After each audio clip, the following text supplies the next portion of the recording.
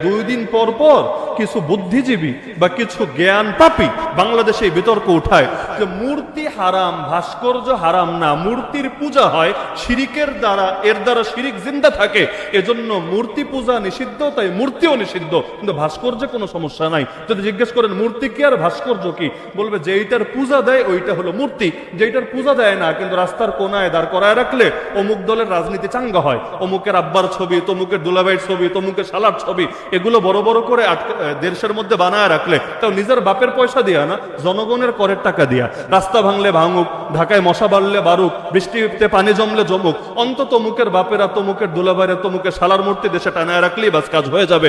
যদি এগুলোর কেউ পূজা করে না, এজন্য মাসালাগত কোনো সমস্যা নাই। কথা কি এটা সত্য না পুরাই ভণ্ডামি? রাজনৈতিকভাবে যারাই ক্ষমতায় আসুক না কেন, বাংলাদেশে ভাস্কর্য সংস্কৃতি বন্ধ হওয়া দরকার। বলবেন কেন? থাকলে সমস্যা কি? থাকলে সমস্যা হলো কোন ঘরেও যদি ছবি থাকে, আপনার বাপ আর মায়ের ছবিও যদি ঘরে টানায় রাখেন, আপনার পীরের ছবিও যদি ঘরে টানায় রাখেন, রহমতের ফেরেশতা সেই ঘরে ঢোকে না। আচ্ছা, এক ঘরে ছবি থাকলে ওই ঘরে যদি রহমতের ফেরেশতা না ঢোকে, তাহলে পুরো দেশে অলিতে গলিতে, রাস্তা ঘাটে, চিপায় চাপায়, মহাসড়কে যদি ছবি দিয়ে ভরে যায়, তাহলে এই দেশে রহমতের ফেরেশতা ঢুকবে কিভাবে আমাকে বলেন? বাপ কিন্তু বাপই বটে, আপনি বড় পীর হতে পারেন, একদম গাউস কুতুব হতে পারেন, আপনি শাইখুল হাদিস আল্লামা হতে পারেন, দেশসেরা বক্তা হতে পারেন, কিন্তু বাপের কাছে আপনি একজন সন্তানই বটে। এমনকি বাপ প্রয়োজনে, আপনি বয়স্ক অনেক সম্মানিত, তাতে কি প্রয়োজনে আপনার গায়ে হাতও তুলতে পারে। এজন্যই তো বাপের মর্যাদা এখানে। এ কারণে আল্লাহ রাসূল নিজের বাপের সাথে নিজের তুলনা দিতে গেলেন না। তিনি বললেন না আমি আদমের চাইতেও শ্রেষ্ঠ, অথচ বাস্তবে তিনি তা আদমের চাইতেও শ্রেষ্ঠ। এটা হলো আদবের দিক। তো বলছিলাম, হাসান বিন সাবিত আল্লাহ নবীর শানে এই যে কথা বললেন, তিনি সবার চাইতে সুন্দর, এরকম সুন্দর কাউকে তার চোখ দেখে নাই, কোনো নারী কোনোদিন জন্মও দেয় নাই, এবং তার সৌন্দর্যের মধ্যে কোনো ত্রুটি নাই। চাঁদের গায়েও তো দাগ আছে, সব সৌন্দর্যের মধ্যে কিছু না কিছু খুঁত থাকে, সামান্য হলেও খুঁত থাকে, কিন্তু আল্লাহ রসুলের ব্যাপারে বলে দিচ্ছেন কোনো খুঁত নাই, কোনো ত্রুটি নাই, কোনো অসম্পূর্ণতা নাই, কোনো জায়গায় কোনো সমস্যা নাই। আল্লাহ রসুল সাল্লাল্লাহু আলাইহি ওয়াসাল্লাম শুনে নারাজ হলেন না, অপছন্দ করলেন না, প্রতিবাদও জানালেন না, উল্টো অন্য সময় দোয়া দিলেন, যেটা বুখারীতেও আছে। কি দোয়া? আল্লাহুম্মা আইয়িদহু বিরূহিল কুদস, হে আল্লাহ আমার হাসানকে জিবরিল আমিনের দ্বারা শক্তিশালী করেন। তাহলে কি বুঝলেন? আল্লাহ নবী স্বীকৃতি দিয়েছেন না অস্বীকৃতি জানিয়েছেন? স্বীকৃতি দিয়েছেন। নবীর চুপ থাকাও স্বীকৃতি, আর দোয়া করো তো আরো বড় স্বীকৃতি। তাহলে এজন্য আমরা বলতেই পারি আল্লাহ রসুল সাল্লাল্লাহু আলাইহি ওয়াসাল্লাম সমস্ত মানুষের ভেতর সবচাইতে বেশি সৌন্দর্যের অধিকারী ছিলেন, বাহ্যিক সৌন্দর্যও ছিল সবচাইতে বেশি। এজন্যই তো সেই উক্তি হয়তো অনেকেই শুনেছেন যে মিশরের নারীরা ইউসুফ আলাইহিস সালামকে দেখে হাত কেটে ফেলেছিল, আরে ওরা যদি আমার নবীকে দেখতো, নিজের হাত না নিজের কলিজাই মনে হয় কেটে ফেলতো, নিজের অজান্তে নিজের উপরেই সে ছুরি চালিয়ে বসতো। আল্লাহ এই পরিমাণ সৌন্দর্য দিয়েছেন। এজন্য বিখ্যাত সাহাবী আব্দুল্লাহ বিন রাওয়াহা রাদিয়াল্লাহু আনহু আল্লাহ রাসূলের শানে কবিতা বলে তিনি বলেন, লাউলাম তাকুন ফীহি আয়াতুম মুবিনা লাকানা মানজারুহু ইউমবিউকা বিল খাবারি। যদি এমন হতো আল্লাহর রাসূলকে আল্লাহ সুস্পষ্ট কোনো মুজিজাই দেয় নাই, যদি এমনও হতো, তবুও তাকে দেখতে পারাটা, তার চেহারা মোবারকটাই তোমাকে মূল বিষয়টা জানিয়ে দিত। অর্থাৎ তিনি যে সাধারণ কোনো মানুষ না, তিনি যে আর 10 জন 20 জন 1000 জনের মতো কোনো ব্যক্তি না, বরং তিনি যে বিশেষ কিছু, এটা শুধুমাত্র তার দৃশ্যটা, তাকে দেখাটাই তোমাকে এটা অবগত করে দিত। এজন্যই ইতিহাসের মধ্যে পাওয়া যায় আল্লাহ রাসূল সাল্লাল্লাহু আলাইহি ওয়াসাল্লামকে দেখে পর্যন্ত অনেকে নিজের সিদ্ধান্ত পরিবর্তন করেছেন। যেমন তিরমিজি পড়লে বিখ্যাত সাহাবী, যিনি একসময় ইহুদিদের বড় পণ্ডিত ছিলেন, আব্দুল্লাহ বিন সালাম রাদিয়াল্লাহু আনহু, তার উক্তি পাবেন। তিনি বলেন, লাম্মা কাদিমান নবী সাল্লাল্লাহু আলাইহি ওয়াসাল্লাম আল মাদিনা, আল্লাহর রাসূল যখন হিজরত করে মদিনায় আসলেন, জিতুহু লিআনজুরা ইলাইহি, আমি নবীকে দেখার জন্য গেলাম, ঈমান আনার জন্য না, দেখার জন্য। আপনার এলাকায় বড় কোনো রাজনৈতিক নেতা আসলে আপনিও দেখতে যাবেন, যদিও আপনি তার দল না করেন, মানুষ এটা কৌতূহল বশত দেখতে যায়, সবাই সবকিছু করা লাগে না। এমনকি আজকে যদি শেখ হাসিনা চলে আসে, যারা শেখ হাসিনার দল করে না তারাও দেখতে যাবে না, দেখি এতকাল পর আগের মতো আছে না শুকিয়ে গেছে, রোগা হয়ে গিয়েছে নাকি স্বাভাবিকই আছে। এটা মানুষের একটা কৌতূহলের জায়গা। তো তিনি বলেন, আল্লাহ রাসূল এসেছে শুনলাম, সবাই দেখতে যাচ্ছে, আমিও ভাবলাম এক নজর দেখে আসি লোকটা দেখতে কেমন, কি বলে না বলে। তিনি বলেন, ফালাম্মাস্তাবানতু ওয়াজহাহু, যখন তিনি আমার সামনে আসলেন আর তার চেহারাটা আমি স্পষ্টভাবে দেখলাম, আরাফতু আন্না ওয়াজহাহু লাইসা বিওয়াজহি কাযাব, চেহারা মোবারকটা দেখা মাত্রই আমি বুঝে ফেললাম এই চেহারা কোনো মিথ্যাবাদীর চেহারা হতেই পারে না। কোনো ওয়াজ শোনে নাই, কোনো বয়ান শোনে নাই, জাস্ট চেহারা মোবারক দেখেছে, চেহারা মোবারক দেখে বুঝে ফেলেছে এই চেহারা যার, তিনি কোনো মিথ্যাবাদী হতেই পারেন না। এমন কি আবু রিমসা তামিমি রাদিয়াল্লাহু আনহু বলেন, আতাইতুন নবী সাল্লাল্লাহু আলাইহি ওয়াসাল্লাম ওয়া মাই ইবনুন লি ফাআরাইতুহু ফালাম্মা রাআইতুহু কুলতু হাযা নবিয়ুল্লাহ। তিনি বলেন ওই নবী যখন আসলো আমিও গেলাম দেখতে আমার ছোট বাচ্চাটাকে নিয়ে, ছেলে সন্তানকে নিয়ে। যেই মাত্র তারে দেখলাম আমার বাচ্চারেও দেখালাম, ওই দেখা মাত্রই আমি নিজের অজান্তেই বলে উঠলাম হাযা নবিয়ুল্লাহ, ইনি আল্লাহর নবী, অবশ্যই আল্লাহর নবী। তাহলে কি ছিল চেহারার মধ্যে আপনি চিন্তা করেন। এমন কি আল্লাহ রাসূল সাল্লাল্লাহু আলাইহি ওয়াসাল্লামের পরশ যারা একবার পেয়েছে, একবার মুসাফাহা করেছে, অথবা একবার নবী যার ভেতরে হাত বুলিয়ে দিয়েছে, এটাও তার ভেতরে এমন এক স্পন্দন জাগিয়েছে, এমন এক মুগ্ধতার দোলা দিয়ে গিয়েছে, মৃত্যু পর্যন্ত ভুলতে পারে নাই। আর অনেকের তো জিন্দেগি পরিবর্তন হয়েছে। ওই ঘটনা তো কম বেশি সবাই জানেন। এক সাহাবী, তার ভেতরে জিনার আগ্রহ জাগলো, যুবক মানুষ, জাগতেই পারে। আল্লাহ রসুলকে এসে বললো, ইয়া রাসূলুল্লাহ, আমি তো নিজেকে কন্ট্রোল করতে পারছি না, মনে হচ্ছে আমি জিনায় জড়িয়ে যাব। তো সুতরাং আপনার কাছে, আপনি তো রুহানি চিকিৎসক, আপনার কাছে আমি আমার রোগের কথা, সমস্যার কথা তুলে ধরলাম, আপনি কোনো সমাধান দেন। আল্লাহ রসুল দুইটা কাজ করলেন। প্রথমে বুদ্ধিবৃত্তিক ভাবে, যৌক্তিক ভাবে তাকে বুঝালেন, শোনো, তুমি কার সাথে জিনা করবা, তুমি যার সাথেই জিনা করো, তুমি জাস্ট এটা চিন্তা করো, তোমার মায়ের সাথে, তোমার বোনের সাথে, তোমার স্ত্রীর সাথে, তোমার মেয়ের সাথে অন্য কেউ জিনা করলে তোমার এটা সহ্য হতো, তোমার এটা ভালো লাগতো? সে বলল, আল্লাহর কসম, প্রশ্নই আসে না, আমি এটা কিছুতেই সহ্য করতে পারবো না। আল্লাহ নবী বুঝালেন, তাহলে দেখো, তুমি যার সাথে জিনা করবা সেও কারো না কারো মেয়ে, কারো না কারো বোন, কারো না কারো বর্তমানের বা ভবিষ্যতের স্ত্রী, কারো না কারো বর্তমানের ভবিষ্যতের মা। সুতরাং নিজের ব্যাপারে যেটা অপছন্দ করো, আর একজনের জন্য কিভাবে সেটা পছন্দ করতে পারো, যুক্তি দিয়ে বোঝালেন। কিন্তু এটা তো আপনারা ভালোই বোঝার কথা।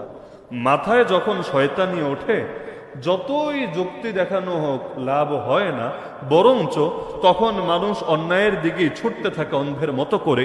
বাংলাদেশে যত অপরাধী আছে, এরা কি বোঝে না যে এগুলো অপরাধ? কে বোঝে না? বোঝে না কে? আমাকে বলেন।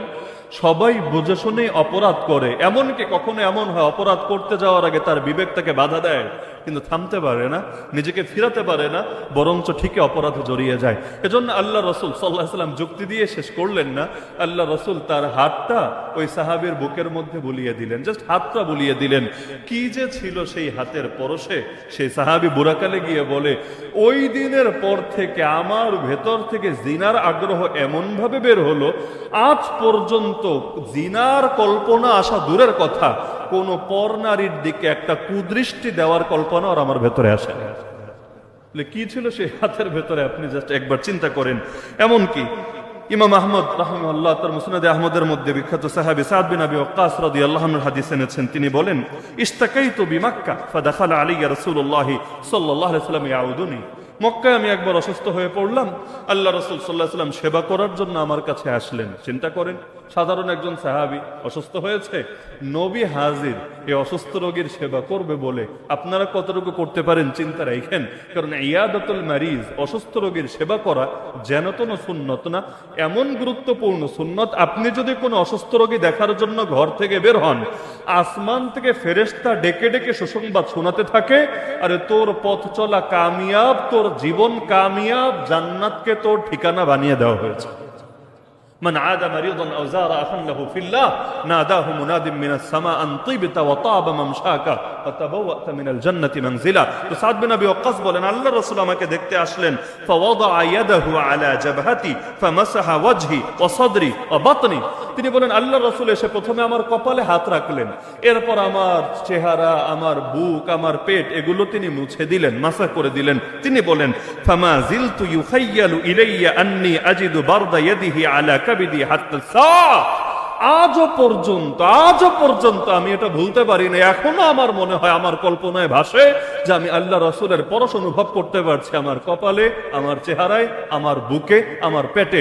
অথচ সেই কত আগে জাস্ট একবার হাত বুলিয়েছে, কিন্তু এখনো স্নিগ্ধতা, মুগ্ধতা, প্রশান্তি এখনো পর্যন্ত তার ভেতরে বিরাজ করছে।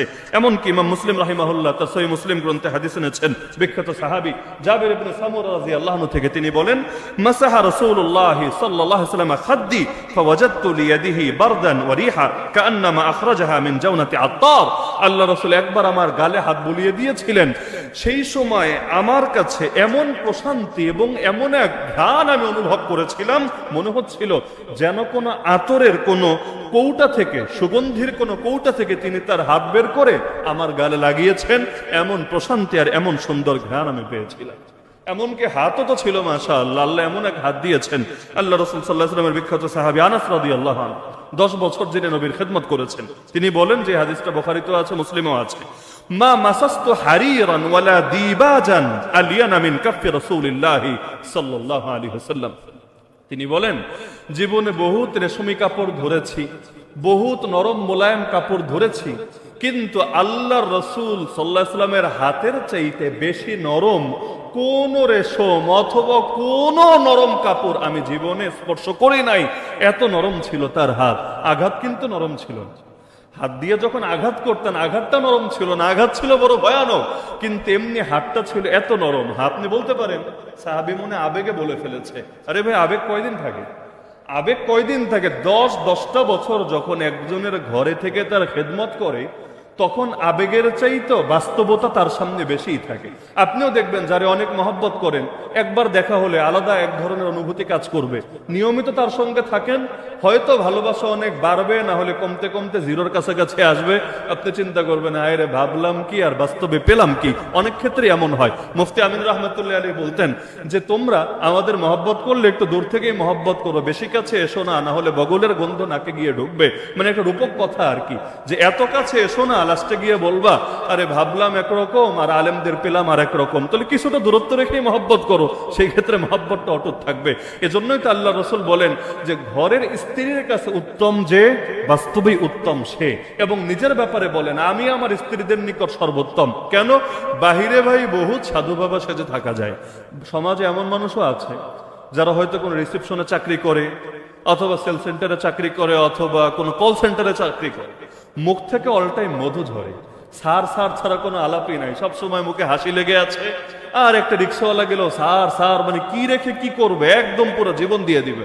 তো বাসায় গেলে মায়ের সাথে, বউয়ের সাথে, সন্তানের সাথে এমন ব্যবহার করে, মাঝে মাঝে সন্দেহ লাগে এটা মনে হয় মানুষ না কোনো অমানুষের জাত বোঝা হয় না। অনেক সময় এরকম, বাইরে একরূপ ভেতরে আর একরূপ। বহুত নারী এমন আছে কর্পোরেট সেক্টরে চাকরি করে, অফিস আদালতে যেহেতু টাকা পায়, সে এখানে বেতন পায়, এজন্য মাশাআল্লাহ সার্ভিস দিতে, খেদমত করতে, অল টাইম মুখে হাসি রাখতে, সবকিছু করতে তার দ্বিধা নাই। তো ঘরে এসে যখন স্বামীর খেদমত করে, স্বামী ভরণ পোষণ দেয়, পয়সা তো আর আলাদা করে মাস শেষে বেতন দেয় না। এজন্য সেই সময় দেখা যায় মেজাজটা খিটখিটে হয়ে থাকে। সারাদিন অফিস করে আসার পর প্রয়োজন নাই, তারপর ঝগড়া ঝাঁটি করতেই থাকে। এটা খুব স্বাভাবিক ব্যাপার বটে।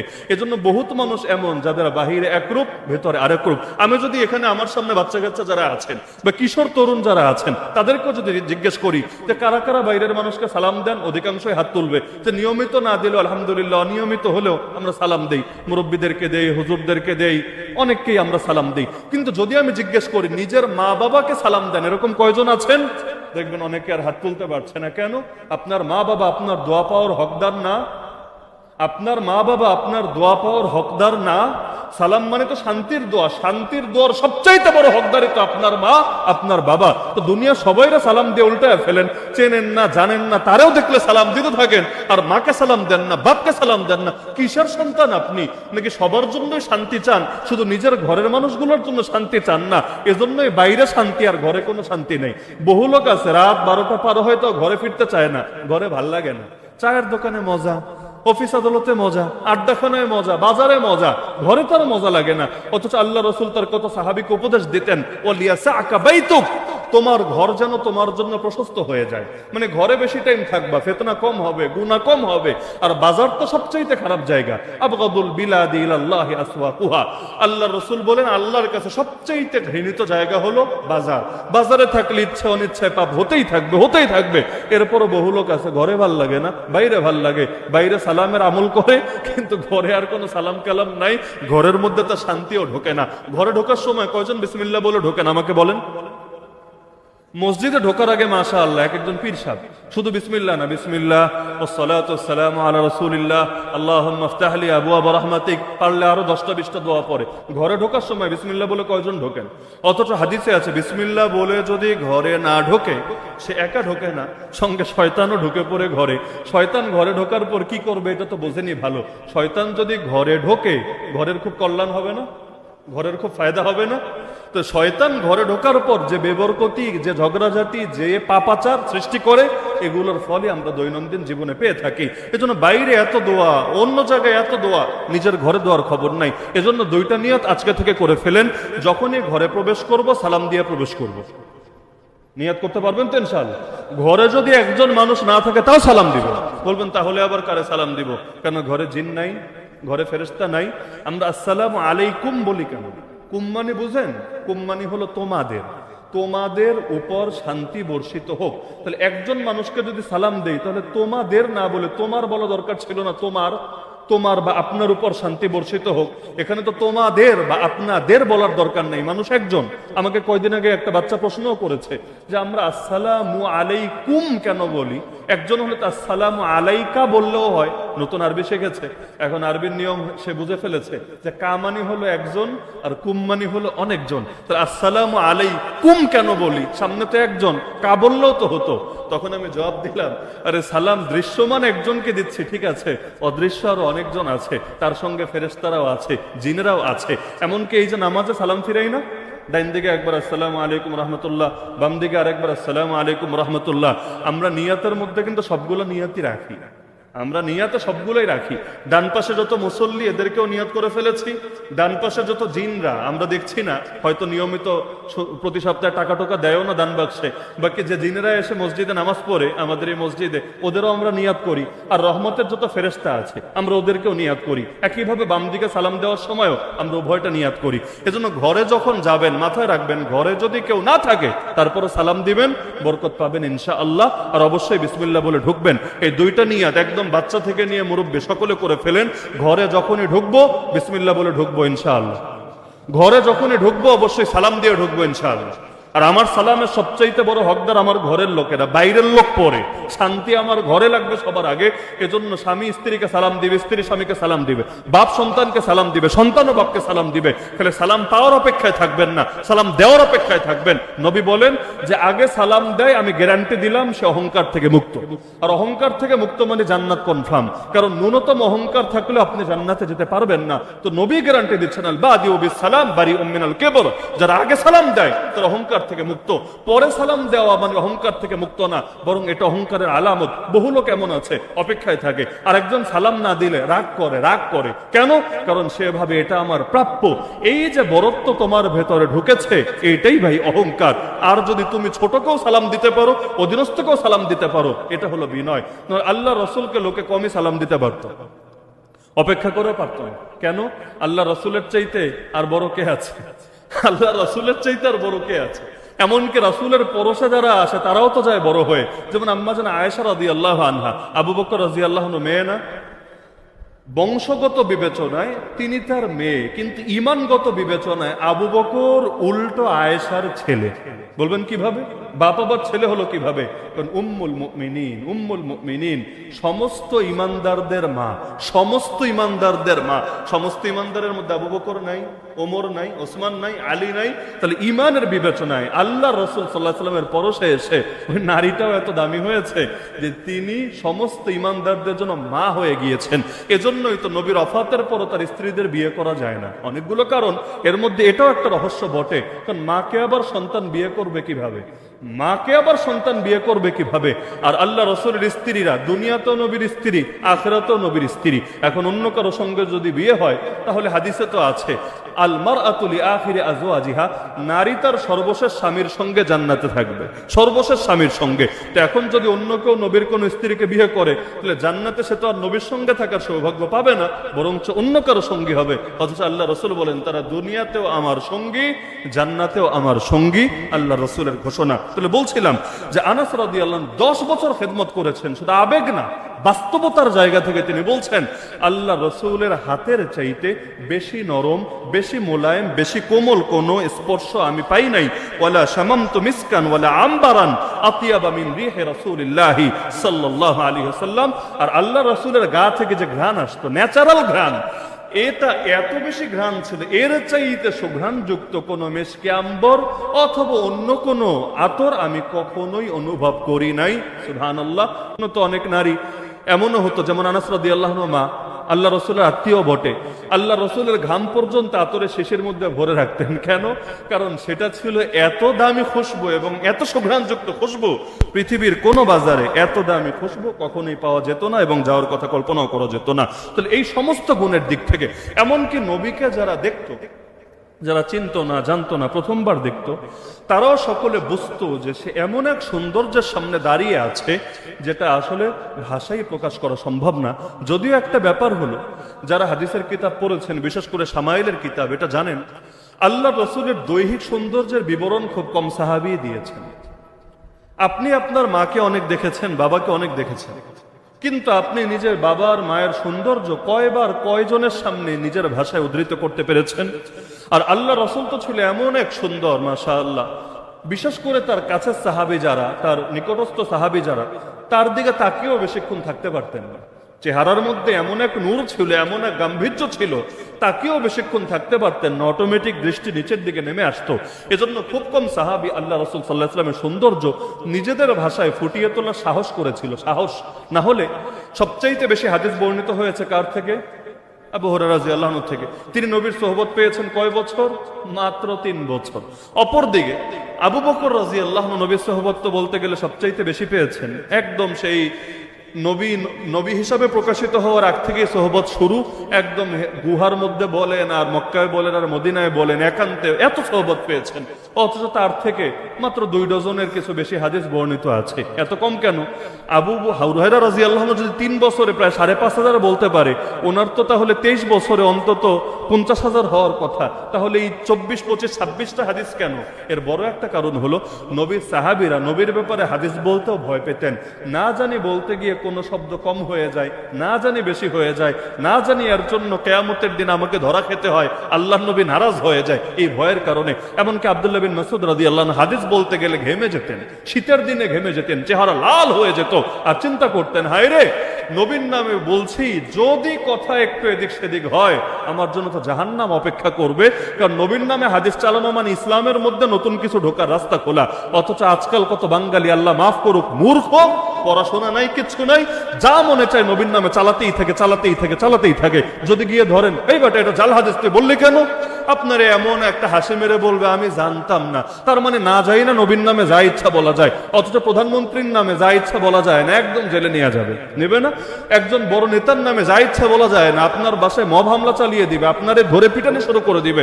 আর নবীর নামে যা মনে চাই তাই বলা যায়। অথচ আল্লাহ রাসূল বলেন, ইত্তাকুল হাদিস আন্নি ইল্লা মা আলিমতুম, আমার ব্যাপারে হাদিস বলা থেকে বিরত থাকো, একমাত্র যেটাকে নিশ্চিতভাবে জানো সেটাকে বলো। নিশ্চিতভাবে যেটা জানো, তার মানে জানতাম না এ কথা বলা জাল হাদিসের পক্ষে কিয়ামতের দিন ওজর হবে না। আপনি নবীর নামে হাদিস হিসাবে সেটাই বলবেন যেটা নিশ্চিতভাবে আপনি নবীর হাদিস হিসাবে জানেন। আপনি জানেন এটা বুখারীতে আছে, না হলে মুসলিমে আছে, না হলে অমুক কিতাবে আছে, সনদ সহি, আলেমরা সহি হিসাবে মেনেছেন, জাস্ট এটা বলেন। আকবাইরা বলতে যায়েন না, ভালো কথা বলেন, সমস্যা নাই, তো নবীর নামে চালাতে যায়েন না, না হলে কিয়ামতের দিন এটাও আপনার জাহান্নামে যাওয়ার জন্য যথেষ্ট হতে পারে। আল্লাহ রাসূল বলেন, যে ব্যক্তি আমার নামে বলে আমি যা বলি নাই, সে যেন জাহান্নামকে নিজের ঠিকানা বানিয়ে নেয়। অথচ আজকাল আম পাবলিকও বয়ান দিতে দাঁড়ালে, কোন দিনে মেহনত করে বয়ান দিতে দাঁড়িয়েছে, দেখবেন ধুমায়া বলছে আল্লাহ রাসূল বলেছেন, আল্লাহ রাসূল বলেছেন, আল্লাহ রাসূল বলেছেন, ধুমায়া বলে যাচ্ছে। এমনকি শিক্ষাঙ্গন থেকে পর্যন্ত ভুল বার্তা যাচ্ছে। বিভিন্ন স্কুলের দেয়ালে দেখবেন কত জাল হাদিস লিখে রেখেছে, থাকে না? দোলনা থেকে কবর পর্যন্ত জ্ঞান অর্জন করো, শহীদের রক্তের চাইতেও বিদ্যানের কলমের কালি বেশি পবিত্র, জ্ঞান শেখার জন্য চীন দেশে, জাপান দেশে, ইন্ডিয়া দেশে চলে যাও। তারপর আরো থাকে কত দেশপ্রেম, ইমান, রঙ্গ, এই সবগুলোর নিচে লিখে দেয় আল হাদিস। আল হাদিস কি জিনিস? কিতাবের নাম লাগবে এটা, আল হাদিস কি জিনিস? বইয়ের নাম লেখ, যদি এটা কোনো বইয়ে থাকে বইয়ের নাম লেখ, হাদিস নাম্বার দে। বুখারী না মুসলিম, আবু দাউদ না তিরমিজি, নাসাই না ইবনে মাজাহ, মুওয়াত্তা মালিক না মুওয়াত্তা মুহাম্মদ, মুসনাদে আহমদ না মুসান্নাফ ইবনে আবি শাইবা না মুসনাদে আবু দাউদ তায়ালিসি, কি নাম দে। নামটাম দিবে না, কারণ জানে এটা কোথাও খুঁজে পাওয়া যাবে না, এটা তো তার আর তার নেতাদের আবিষ্কার, এটা বইয়ে খুঁজে তো লাভ হবে না। এজন্য লেখে আল হাদিস, বাস্তবে হলো জাল হাদিস। আল আর জাল তো কাছাকাছি, সে বলবে আসলে জটা ছুটে গেছে, বাকি টাইপটা ঠিক আছে, জাস্ট জটা মিসিং, টাইপ মিসিং, এটা তো জাল হাদিস হিসেবে চালিয়ে দিচ্ছে। আল্লাহ মাফ করুক। এজন্য নবীন নামে হাদিস বলা থেকে সাবধান। মনে রাখবেন, প্রত্যেককে আমি বলছি, নবীন নামে হাদিস বলা থেকে সাবধান, আর আল্লাহর ব্যাপারে তো আরো সাবধান। আয়াত হাদিস নিজের থেকে কখনোই বানাতে যাবেন না, যেটা নিশ্চিতভাবে জানবেন সেটা বলবেন, অন্যথায় বলবেন না। এজন্য আমরা আল্লাহ রসুলের বাহ্যিক সৌন্দর্যের ব্যাপারে ডিটেল একটা হাদিসই পাই, যেখানে সবচাইতে বেশি বিস্তারিত বর্ণিত হয়েছে হাদিসটা, সেটা হলো হিন্দ বিন আবি হালা থেকে বর্ণিত হাদিস। বলবেন হিন্দ আবার কেডা?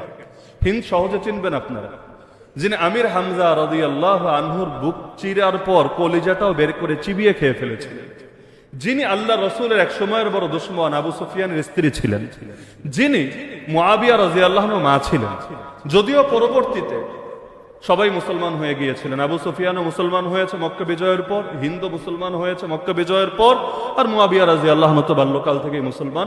তাহলে সেই হিন্দ বিন আবি হালা, তার থেকে আল্লাহ রাসূলের বাহ্যিক সৌন্দর্যটা সবচাইতে বেশি পাওয়া যায়। এমনকি নবীন নাতিরা পর্যন্ত তার মুখ থেকে শুনেছে যে আল্লাহ রাসূলের সৌন্দর্য কেমন ছিল, একটু বলেন তো। বাচ্চাকালে তো দেখেছে, কিন্তু একটু বলেন তো আমাদেরকে।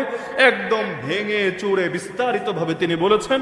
শামাইলে তিরমিজির মধ্যে সেই হাদিসও বিস্তারিত ভাবে পাবেন। তবে নবীকে যারা দেখেছেন অধিকাংশের বক্তব্যে একটা জিনিস কমন পাবেন। আমরা জাস্ট কয়েকটা উদাহরণ দেই। যেমন জাবির ইবনে সামুরা রাদিয়াল্লাহু আনহু থেকে বর্ণিত হাদিস, যেটা দারিমি এবং বাইহাকিতে বর্ণিত আছে। তিনি বলেন, রাআইতুন নবিয়্য সাল্লাল্লাহু আলাইহি ওয়াসাল্লাম ফি লাইলাতিন উযহিয়ান ফাজআলতু আনজুরু ইলাইহি ওয়া ইলাল কমার ফালাহু কানা আহসানা ফি আইনি মিনাল কমার। তিনি বলেন, একবার চাঁদনি রাতে, পূর্ণিমার রাতে আল্লাহ রাসূলকে আমি দেখলাম, তিনি ঘরের বাহিরে বসা। সেই সময় আমি একবার শুধু তার দিকে তাকাচ্ছিলাম, আবার চাঁদের দিকে তাকাচ্ছিলাম, আবার তার দিকে তাকাচ্ছিলাম, আবার চাঁদের দিকে তাকাচ্ছিলাম। প্রথমে কনফিউজড হয়ে গিয়েছিলাম, আকাশের চাঁদ বেশি সুন্দর না আমার নবী বেশি সুন্দর। তিনি বলেন, বারবার তাকাতাকির পর আমি বুঝে ফেললাম আকাশের চাঁদ আমার নবীর সৌন্দর্যের সামনে নিষ্প্রভ ম্লান, আমার নবী আকাশের চাঁদের চাইতেও বেশি সুন্দর। এমনকি তিরমিজি এবং বাইহাকিতে সাহাবী আবু হুরায়রা রাদিয়াল্লাহু আনহু থেকে হাদিস আছে। তিনি বলেন, মা রাআইতু শাইআন আহসানা মিন রাসূলিল্লাহি সাল্লাল্লাহু আলাইহি ওয়াসাল্লাম কাআন্না আশ-শামসা তাজরি ফি ওয়াজহিহি ওয়া মা রাআইতু আহাদান আসরা ফি মাশইহি মিনহু কাআন্না আল-আরদু তুতওয়া লাহু ইন্না লানাজহাদ ওয়া ইন্নাহু গায়রু মুক্তারিফ। তিনি বলেন, আল্লাহর রাসূল সাল্লাল্লাহু আলাইহি ওয়াসাল্লামের চাইতে বেশি সুন্দর কোন জিনিসও আমি দেখি না। কোন ব্যক্তি না, খালি জিনিস। জিনিস, অনেক জিনিস তো অনেক সুন্দর থাকে। আল্লাহর রাসূলের চাইতে বেশি সুন্দর কোন বস্তু, কোন জিনিসও আমি দেখি নাই। তাকে দেখলেই মনে হতো যেন সূর্য তার চেহারার মধ্যে খেলে যাচ্ছে। মানে সৌন্দর্য বোঝানোর জন্য উদাহরণ দিচ্ছেন, যেন তার চেহারার মধ্যে সূর্য খেলে যাচ্ছে।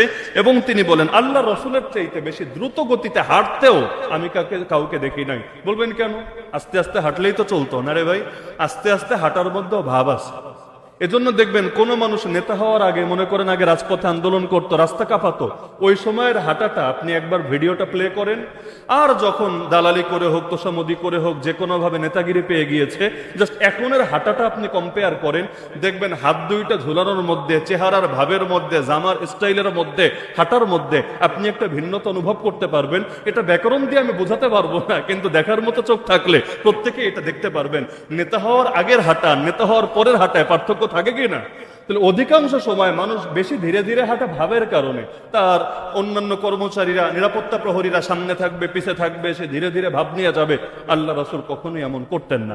এমনকি হাঁটার ক্ষেত্রে তিনি সামনে থেকে কর্মীদেরকে পেছনে রাখে এমনটাও করতেন না, বরঞ্চ তিনি সবার সাথে মিশে যেতেন, যাতে আলাদা করে তাকে কেউ চিনতে না পারে। যদিও চেনা যেত তার সৌন্দর্যের কারণে, কিন্তু নিজে চেষ্টা করতেন। এমনকি হাঁটার সময় এতটা দ্রুত গতিতে হাঁটতেন, আবু হুরায়রা রাদিয়াল্লাহু আনহু বলছেন যে আল্লাহ রাসূলের হাঁটার অবস্থা ছিল এমন, আমরা ক্লান্ত হয়ে যেতাম আর তার কোনো ভ্রুক্ষেপই হতো না, তার কোনো কষ্ট অনুভব হতো না। তিনি হেঁটেই যাচ্ছেন, অথচ আমরা তার সঙ্গে হেঁটে কুলাতেই পারতাম না। তার হাঁটা দেখলে মনে হতো যেন জমিনকে তার জন্য সংকুচিত করে দেওয়া হচ্ছে। হচ্ছে, পৃথিবীটা যেন ছোট হয়ে আসছে তার জন্য, আর তিনি দ্রুত গতিতে হেঁটেই যাচ্ছেন। এমনকি সেই হিন্দ বিন আবি হালার হাদিসে এটাও পাবেন, তার হাঁটা ছিল এমন কান্নামা ইয়ানহাত্তু মিন সাবাব, যেন তিনি কোনো টিলা থেকে নামছেন। টিলা বুঝেন? ছোট পাহাড় আর কি।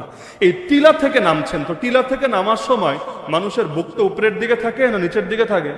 মানে সিঁড়ি দিয়ে উপরে উঠলে না এভাবে বুক ফুলে ওঠা যায়, নামার সময় তো একটু নিচের দিকে ঝুঁকেই নামতে হয়। তাহলে টিলা থেকে নামা মানে কি আল্লাহ রসুল হাঁটার সময় বুক ফুলে হাঁটতেন নাকি একটু সামনের দিকে ঝুঁকে হাঁটতেন? তাহলে আপনি চিন্তা করেন আপনার হাঁটা কেমন। বলবেন হাঁটা নিয়েও হুজুর সব জায়গায় ধর্ম টানার দরকার আছে, আমাদেরকে শান্তিতে একটু হাঁটতেও দিবেন না? হাঁটার মধ্যেও ধর্ম টেনে আনবেন? খুলেন কোরআন 19 নম্বর পারা সূরা ফুরকানের শেষের দিকের আয়াত, আল্লাহ বলেন ওয়া ইবাদুর রহমান আল্লাযীনা ইয়ামশুনা আলাল আরদি হাওনা। আল্লাহ রহমানের খাঁটি বান্দা চিনেছেন।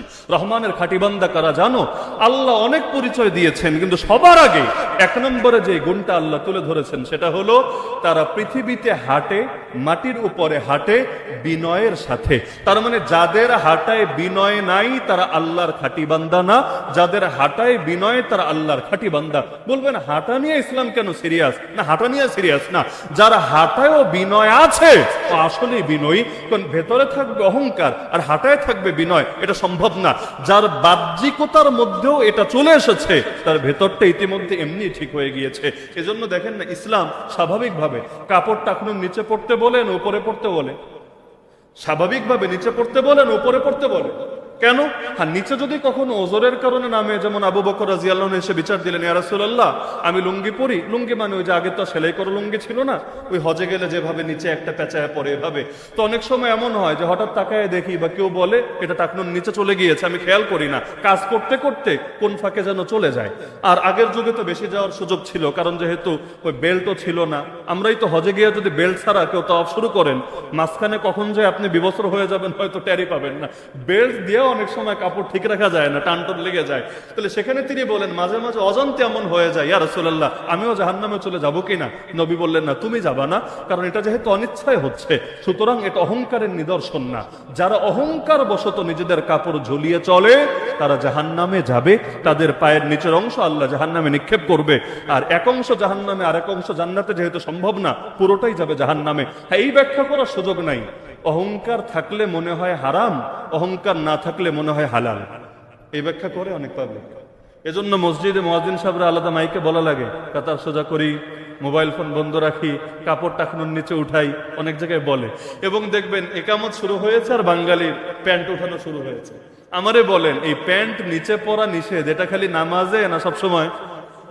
তাহলে নামাজের সাথে একামতের সাথে কি সম্পর্ক? আজান দিলেও হয় না, একামত শুরু আর ব্যাস প্যান্ট ওঠানো শুরু। তো প্যান্টটা বানানোর সময় নিচ পর্যন্ত বানানো দরকার কি ছিল? উপর পর্যন্ত বানিয়েছো, কখনো অসতর্কতায় নেমেছে, এটা তো আমি হাদিস শোনালাম, এটা মাপ। কিন্তু বানানোর সময় নিচ পর্যন্ত বানানোর কি দরকার ছিল? তার মানে তোমার এই কাজটাই অহংকারের নিদর্শন। আলাদা অহংকারের নিয়ত করা লাগবে না, কাজটাই অহংকারের নিদর্শন। যেমন কেউ মূর্তির সামনে সেজদা দিল, আপনি বললেন নাউজুবিল্লাহ তুই কুফরি কাজ করলি, বললো না না আমি তো কাফের হওয়ার নিয়তে করিনি, আমি কাফের হওয়ার নিয়তে করি নাই। ওর ব্যাখ্যা শুনে আপনি ওরা জামানার হাসান বসরি বলবেন, তাই না? জামানার হাসান বসরি বলবেন না ওর কাজটারে কুফরি এবং ঈমান ভঙ্গের কারণেই বলবেন? কেন? বৃক্ষ তোমার নাম কি, ফলে পরিচয়। এজন্য আমি সবাইকে বলবো আল্লাহর ওয়াস্তে কাপড়টা টাকানোর নিচে কখনোই পরিধান করবেন না। কখনো অসতর্কতা বশত বা ভুলবশত নামলে ভিন্ন, কিন্তু ইচ্ছাকৃত ভাবে কখনোই টাকানোর নিচে ইচ্ছাকৃত ভাবে কাপড় পরিধান করবেন না। অহংকার নিয়ত লাগবে না, এই কাজটাই অহংকার। আল্লাহ আমাদেরকে হেফাজত করুক। তা আল্লাহ রাসূল সাল্লাল্লাহু আলাইহি ওয়াসাল্লাম হাঁটাই ছিল এমন যে আবু হুরায়রা বলছেন তার চাইতে বেশি দ্রুত গতিতে আমি কাউকে হাঁটতে দেখি নাই। এমনকি বিখ্যাত সাহাবী বারা বিন আযিব রাদিয়াল্লাহু আনহু হাদিস আছে যেটা বুখারী মুসলিমে বর্ণিত, তিনি বলেন কানা রাসূলুল্লাহ সাল্লাল্লাহু আলাইহি ওয়াসাল্লাম বাঈদা মা বাইনাল মানকিবাইন ইয়াবলুগু শা'রুহু শাহমাতা উযুনাই মা রাআইতু শাইআন আহসানা মিনহু। আল্লাহ রাসূলের কাঁধ ছিল চওড়া, চওড়া কাঁধ বিশিষ্ট, মানে দুই বাহুর মাঝখানের দূরত্বটা তুলনামূলক বেশি ছিল, অর্থাৎ সিনা বড় ছিল। কারণ সিনা ছোট হলে সুন্দর লাগবে না, সিনা বড় হলে টান টান হলে সুন্দর লাগবে। তা আল্লাহ রাসূলের দুই বাহুর মধ্যে দূরত্বটা বেশি ছিল এবং তার চুল মোবারক যখন বাবরি রাখতেন কানের লতি পর্যন্ত পৌঁছে যেত। তিনি বলেন আমি আল্লাহ রাসূলের চাইতে বেশি সুন্দর কোনো কিছুই আমি দেখি নাই। আমরা ছোটবেলায় শুনতাম চুল 3 রকম রাখা সুন্নাত, এক হলো বাবরি, আর এক হলো সব এক সাইজ, আর এক হলো টাক্কু করা। ছোটবেলায় শুনতাম, দলিল ছাড়া শুনতাম। অনেক কিছুই ছোটবেলায় শুনে শুনে বিশ্বাস করতাম। যেমন খাবার খাওয়ার সুন্নত তরিকা কি? 1 নম্বর সুন্নত তরিকা হলো বাথরুমে যেমনি বসে এমনি বসা, মানে 2 পায়ের উপর ভর দিয়ে নিতম্বটা উপরে রেখে এভাবে বসা। এভাবে নিজে তো বসতে পারতামই না, কাউরে দেখলেও বড় কষ্ট লাগতো, বিশেষ করে মোটা সোটা মানুষ যদি কেউ বসতো, আল্লাহ চিন্তা করতাম ইসলাম তো সুন্দর, ইসলামের প্রতিটা জিনিসও সুন্দর, আর ইসলাম তো মানুষের জন্য অযথা কঠিন করে না, দিন হলো সহজ। তাহলে এই মোটা মানুষটার ইসলাম কেন এত কষ্ট দিল? এমনি বৈশা খাবার ঢুকাতে তো আর জান বের হয়ে যাচ্ছে, আসলেই কি এটা ইসলাম? কিন্তু ওই সময় তো বাচ্চা মানুষ, কারে জিজ্ঞেস করবো? জিজ্ঞেস করলে যদি আবার কাফের টাফের ফতোয়া দিয়ে বসে যে তুই ইসলামের বিধান মানিস না, বেটা নাস্তিক, বেঈমান, মুরতাদ, বড় ভয়ের বিষয়। আর তখন তো পড়ালেখাও জানি না, যে নিজে রিসার্চ করে এটা বের করব, পরে দেখে আরে এগুলো তো হলো মেড ইন বাংলাদেশ বা মেড ইন উপমহাদেশ। আমাদের এই অঞ্চলে বহুত কিছু এমন চলে নবীর নামে যেটা আসলে আল্লাহ রাসূল সাল্লাল্লাহু আলাইহি ওয়াসাল্লামের শিক্ষা না। বহুত মানুষ, এমনকি আমরা ছোটবেলায় বিভিন্ন সময় দেখতাম, ধরেন একসাথে খাবার খেতে বসেছে, কোনো দিনই মেহনতে গিয়ে খাবার লাগলে অমুক জিকির করো, আর পর্যাপ্ত হয়ে গেলে তমুক জিকির করো, সুবহানাল্লাহ বললে দিয়ে যাবে, আলহামদুলিল্লাহ বললে দেওয়া বন্ধ করবে। মানে কি যে একটা সিস্টেমের মধ্যে ছিল। ওই সময় ভাবতাম যেগুলোই মনে হয় সুন্নাত, পরে দেখলাম না, আল্লাহ রাসূল সাল্লাল্লাহু আলাইহি ওয়াসাল্লামের শিক্ষা না, বরং সেগুলো পরবর্তীতে আবিষ্কৃত নবীর নামে চালানো। হ্যাঁ, খাবারের ক্ষেত্রে কোন তরিকা সুন্নত সেটা আমাদের যথাসময়ে আলোচনা আসবে ইনশাআল্লাহ। প্রতিটা ক্ষেত্রে আল্লাহ রাসূলের সুন্নত যেটা সেটাই সুন্দর, আর যেগুলো আমরা আবিষ্কার করি এগুলো কখনো সুন্দরও হয়, কখনো অসুন্দরও হয়, কিন্তু আমরা আবিষ্কার করলে আর যাই হোক সেটা অন্তত আল্লাহ রাসূলের নামে চালানোটা ঠিক না। মাথা টাক করা এটা কোনো সুন্নত না, মনে রাখবেন। হ্যাঁ, হজে গেলে, উমরায় গেলে, সেখানে তওয়াফ থেকে পবিত্র হওয়ার জন্য টাক করা সেটা খালি সুন্নত না ওয়াজিব, সেটা খালি সুন্নত না ওয়াজিব, কিন্তু সেটা হজের সঙ্গে সম্পৃক্ত। আল্লাহ রাসূল সাল্লাল্লাহু আলাইহি ওয়াসাল্লাম স্বাভাবিকভাবে বাবরি রাখতেন। তার বাবরি 3 রকম হতো, কখনো কানের লতি বরাবর, কখনো কাঁধ বরাবর, কখনো কানের লতি আর কাঁধের মাঝামাঝি, আর 2-1বার এমন হয়েছে যে কাঁধ অতিক্রম করেছে, খুব বেশি না, কারণ নারীদের সঙ্গে সাদৃশ্যতা আবার ইসলামে হারাম। তো স্বাভাবিকভাবে আল্লাহ রাসূলের চুল থাকতো বাবরি। আর হজের সময়, হজ তো জীবনে মাত্র একবারই করেছেন, যেটাকে বিদায় হজ বলি, নামে বিদায় হজ, কিন্তু হজই একটা আল্লাহ রাসূল সাল্লাল্লাহু আলাইহি ওয়াসাল্লামের 23 বছরের নবুয়তি জিন্দেগিতে, আর উমরা করেছেন 4টা। তো সেই সময় তো আল্লাহ রাসূল সাল্লাল্লাহু আলাইহি ওয়াসাল্লাম তিনি অবশ্যই মাথা হলক করেছেন, এবং এটাই ইসলামের সর্বোত্তম। আল্লাহ রাসূল দোয়া করেছেন 3 বার, যে হে আল্লাহ, যারা হলক করবে, টাক করবে, এদেরকে মাফ করে দেন। 3 বার দোয়া করেছেন টাককারীর জন্য, 1বার দোয়া করেছেন যারা চুল ছোট করে তাদের জন্য। তার মানে হজে গিয়ে, উমরায় গিয়ে চুল কাটলেও হয়ে যায়, নির্দিষ্ট পরিমাণ চুল কাটলেও হয়ে যায়, কিন্তু চুল কাটলে সবটা নবীর দোয়াটা কম পাওয়া যায়, আর টাক করে ফেললে নিজের সৌন্দর্যকে আল্লাহর জন্য কোরবানি করে দিলে সেটা বেশি পাওয়া যায়। কিন্তু এটা তো হজের সাথে স্বাভাবিক অবস্থায় দৈনন্দিন জীবনে চুল কাটা এটাকে সুন্নত বলে চালানোর কোনো সুযোগ নাই। এমনকি যারা এটা করে এদের সবার দলিল একটা, সেটা হলো শেরে খোদা আলী রাদিয়াল্লাহু আনহু করেছেন, তাই এটা সুন্নত, এই হলো যুক্তি। কিন্তু আলী রাদিয়াল্লাহু আনহু মাথা টাক করতেন, কথা সত্য, কিন্তু এর কারণটা নিজেও তিনি বলেছেন, এবং এমন শব্দে বলেছেন, ওই শব্দ শুনলেই বুঝবেন যে এটাকে সুন্নত হিসাবে করেছেন না অন্য কারণে করেছেন। তার শব্দ হলো, পুরো হাদিসটা পড়ে শোনাচ্ছি, লাস্ট বাক্য হলো, এজন্যই আমি আমার মাথার সঙ্গে দুশমনি করলাম, ওয়ালিহাযা আদাইতু রাসি, এজন্যই আমি আমার মাথার সঙ্গে দুশমনি করলাম। সুন্নত বোঝানোর জন্য এই জাতীয় অভদ্রতা সূচক শব্দকে কখনো ব্যবহার করবে, সেখানে তো মহব্বতের সাথে, একদম আদবের সাথে কোনো শব্দ বলবে। তাহলে তিনি কেন টাক করতেন? আলী রাদিয়াল্লাহু আনহু ব্যাখ্যা দিয়েছেন, তিনি একটু শারীরিকভাবে, আল্লাহ তো সবাই একরকম শারীরিক চাহিদাও দেয় না, শারীরিক শক্তিও দেয় না। আলী রাদিয়াল্লাহু আনহু শারীরিক চাহিদা ছিল অনেক বেশি, প্রচুর মেলামেশা করতেন স্ত্রীর সাথে, তো মেলামেশার কারণে ফরজ গোসলটাও করা লাগতো বেশি। আর আরবে তো আর আমাদের মতো এত অ্যাভেলেবল পানি ছিল না, পানির সংকট ছিল, গোসলের পানি, খাওয়ার পানি, সবকিছুর সংকট পড়তো। তো তিনি এখন স্বাভাবিকভাবে চিন্তা করতেন যে যেই হারে আমার ফরজ গোসল করা লাগে, কখনো একদিনে একাধিকবারও করা লাগে, এখন বাবরি চুল থাকলে বা চুল বড় থাকলে মাথার ভেতর পর্যন্ত পানি পৌঁছানো এটা আরেকটা চ্যালেঞ্জিং ব্যাপার বটে। তো তিনি বলে না, মাঝে মাঝে আমার এত গোসল করা লাগতো, এখন পানি নিয়ে একটা চিন্তায় থাকা লাগতো যে শেষ পর্যন্ত গোসল হবে তো, নাকি কোনো এক জায়গা বাকি থাকলেও তো আমার গোসল হবে না, গোসল না হলে নামাজও হবে না, নামাজ না হলে কিয়ামতের দিন ধরা খাওয়া ছাড়া উপায় থাকবে না। তিনি বলেন, ওই যে এত ফরজ গোসল করা লাগে, এই ঝামেলার জন্য আমি আমার মাথার চুল টাক করেছি। তাহলে এবার আমারে বলেন, এটা কি সুন্নত হিসাবে করেছেন নাকি ওনার সহজতার জন্য করেছেন? তা আপনার যদি এমন হয় যে মাথায় কোনো রোগ হয়েছে অথবা কোনো কারণে আপনার মাথার চুল ঝামেলা হচ্ছে, সেই ক্ষেত্রে আপনি কেটে রাখেন না, না করেছে কে, কিন্তু সুন্নত ভাবার সুযোগ নেই। আল্লাহ রাসূল যেটা করেছেন সেটাই এটাই সুন্নাত। এজন্য বাবরি তো বাংলাদেশে এখন রাখেই না। আবার যারা রাখে বেশিরভাগ ফ্যাশনের নিয়াতে রাখে, ফ্যাশন করে রাখে, এমনকি নবীর মতো করেও রাখে না। এটা হলো ওই মডার্ন ছেলেপেলেরা যেভাবে করে ওদের মতো করে রাখে। কিন্তু আমি মনে করি আমাদের বাংলাদেশে যে সুন্নাতগুলো মরে গিয়েছে এগুলো ফেরানো দরকার। চুল রাখার ক্ষেত্রে বাবরিটাই আদর্শ পদ্ধতি। চুল রাখার ক্ষেত্রে বাবরিটি আদর্শ পদ্ধতি। আমিও কারাগারে যাওয়ার আগ পর্যন্ত আমার বাবরি ছিল আলহামদুলিল্লাহ। পরে কারাগারে যাওয়ার পর সেখানের খাবারও তো মাশা আল্লাহ, পানিও মাশা আল্লাহ। এমন ভাবে চুল পড়া শুরু করলো মনে হচ্ছিল যেন মাথা টাক হয়ে যাবে। একদম জেলে যে কয়দিন ছিলাম পুরোটা টাক করে করে রাখতে হয়েছে জাস্ট চুল বাঁচানোর নিয়াতে।